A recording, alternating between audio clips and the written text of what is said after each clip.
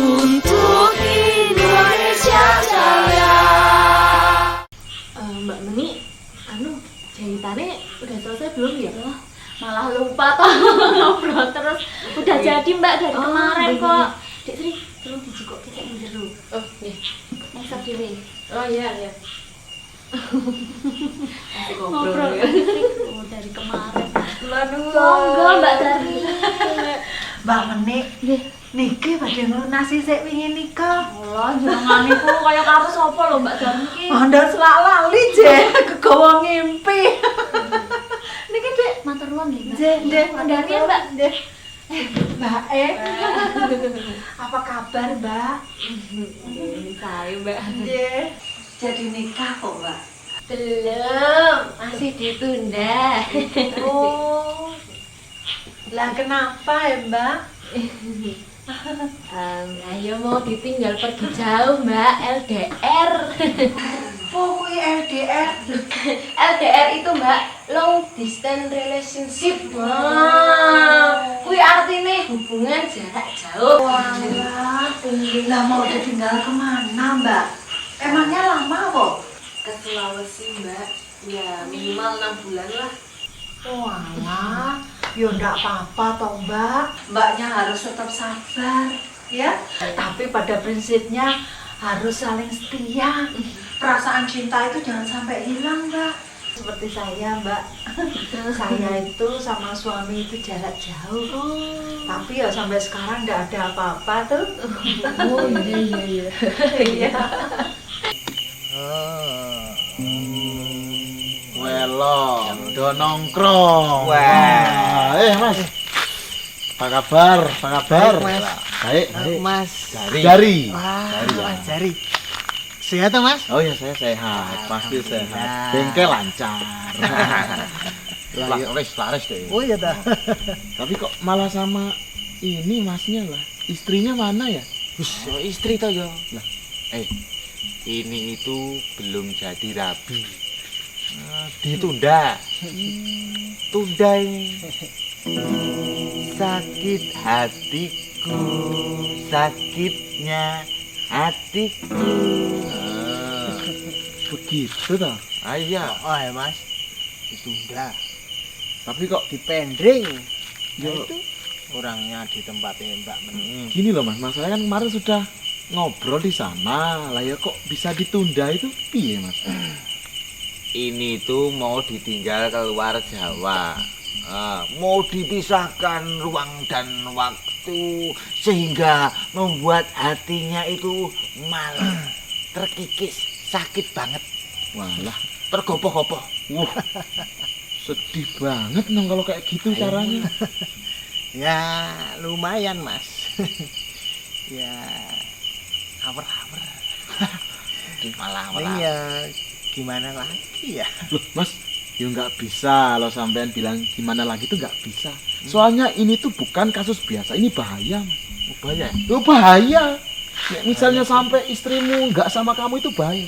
Tau kan gitarmu toh? Ini gitar. Ini tuh bahaya Mas. Bagaikan gitar ini Mas. Kalau sampai ininya tidak ditaleni, bahaya. Sama seperti kamu dan pasanganmu Mas.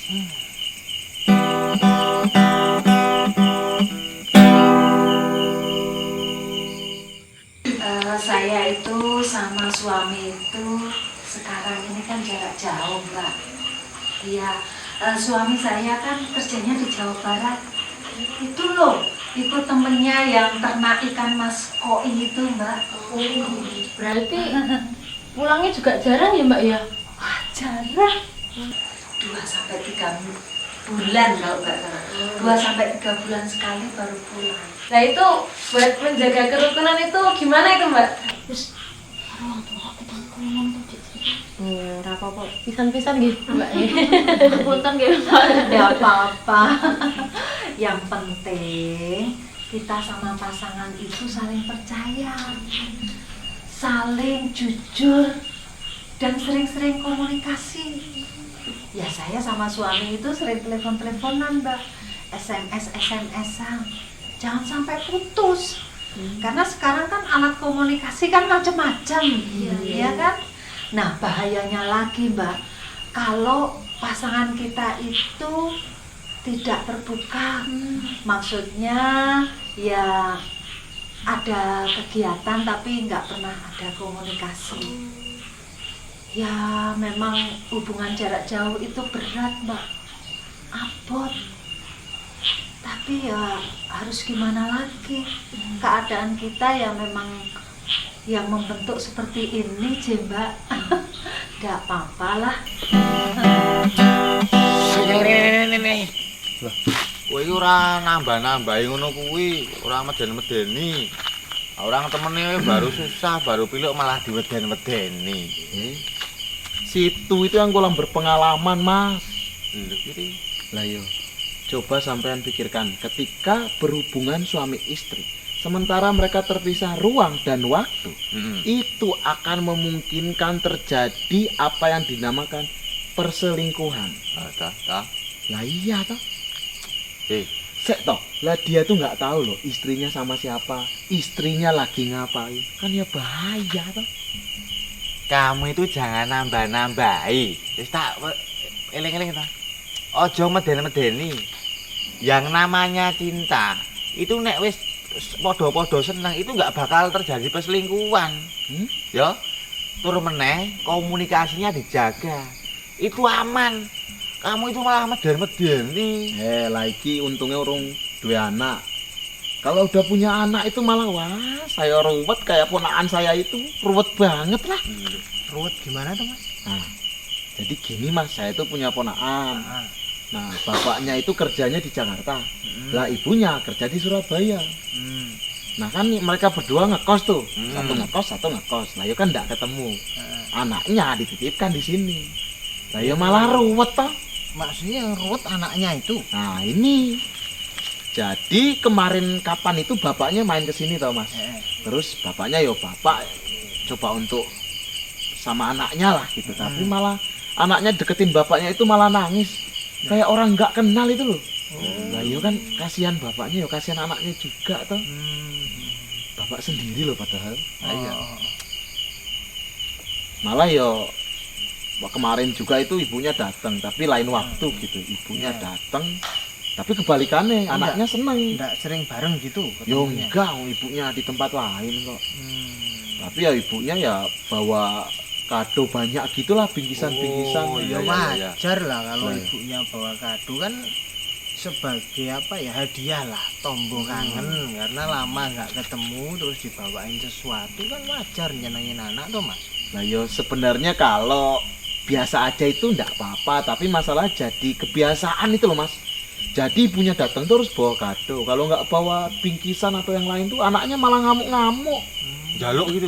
Loh, malah sebelum ibunya datang udah dipesenin bawain mobil-mobilan. Lah yo kalau nggak ngamuk, lah yo piye? Geremis gitu ya. Lah iya. Hati-hati loh.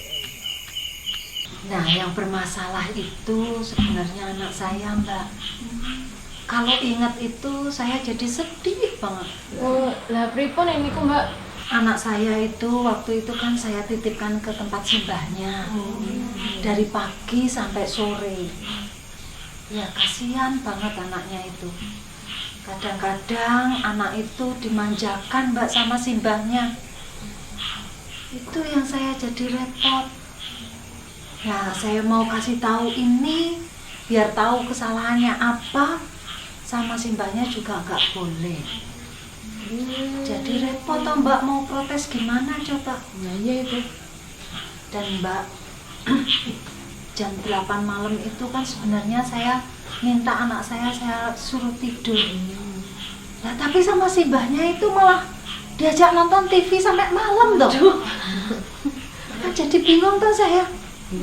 Harus ngandani nanti juga nggak enak. Apalagi Mbak, kalau sekolah itu saya ajari dan saya biasakan pakai air dingin biasa. Malah sama simbahnya itu direbusin air hangat. Lah ya saya jadi bingung toh sama anak saya itu.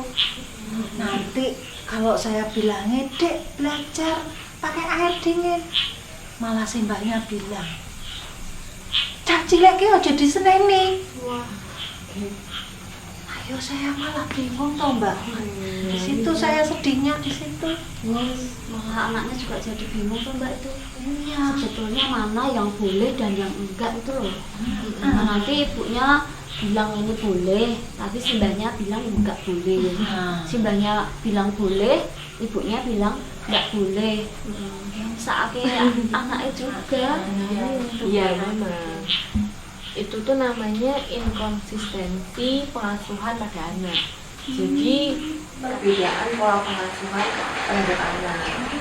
Dan ya memang bisa bikin anak bingung kok kayak gitu. Iya. Nah itu solusinya gimana itu Mbak? Kalau kayak gitu? Ya solusinya dibicarakan baik-baik. Kita harus mau dan berani untuk membuka pembicaraan dengan orang tua kita. Jadi nanti ketika kita punya anak, kalau bisa tuh satu rumah itu satu suara, gimana cara mengasuhnya, cara mendidiknya, biar nggak bingung. Kalau beda kan nanti kasihan anaknya toh. Jadi harus ada kesepakatan dulu gitu Mbak. Bener. Jadi memang kesepakatan itu kan termasuk dalam perencanaan pembangunan rumah tangga. Nah, makanya dulu tuh saya sama Mas Arif tuh sering berantem dan lama tuh ya gara-gara itu. Saya udah mikir kayak gitu, dianya belum ya wes. Ya jadi intinya itu ketika kita mau berumah tangga itu sebisa mungkin kita tuh sudah harus tahu kita tuh mau ngapain. Kalau misalkan punya anak, kita tuh bisa ngerti gitu loh, mau bertanggung jawab seperti bagaimana, cara mendidiknya seperti gimana, jangan sampai beda-beda. Kan kadang kalau misalnya kita punya anak, terus orang tuanya kerja gitu kan, anaknya dididikin eyangnya, omnya, tantenya, apa malah kalau orang tuanya jauh-jauhan kayak gitu kan, yo repot. Iya. Memang idealnya kalau orang mau berumah tangga itu kalau bisa ya kumpul satu rumah, nggak berjauhan toh. Tapi kan nggak bisa dipungkiri zaman sekarang kan ya namanya orang tua pasti juga butuh bekerja, malah kadang-kadang berjauhan seperti itu. Kayaknya curhat. Tuh.